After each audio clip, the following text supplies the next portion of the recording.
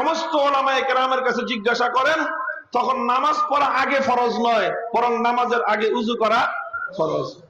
তো যখন মানুষের নামাজের জন্য উযু করা বাধ্যতামূলক হয়ে যায়, যে এখন উযু না করলে আর নামাজ পড়তে পারবে না, ওই সময়ে উযু করা সুন্নত থাকে না, ওই সময়ে উযু করা ওয়াজিব থাকে না, ওই সময় উযু করা ফরজে আইন হয়ে যায়।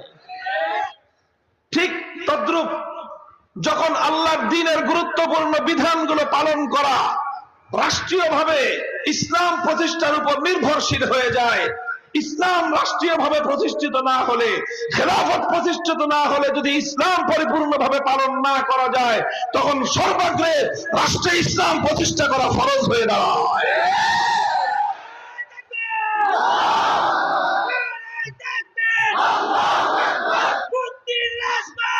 হাফিজ জি হুজুর রাহমাতুল্লাহি আলাইহি এই কথাই বলেছিলেন যে খেলাফত প্রতিষ্ঠার জন্য সংগ্রাম করা এখন আহাম্মুল ফারায়েজ।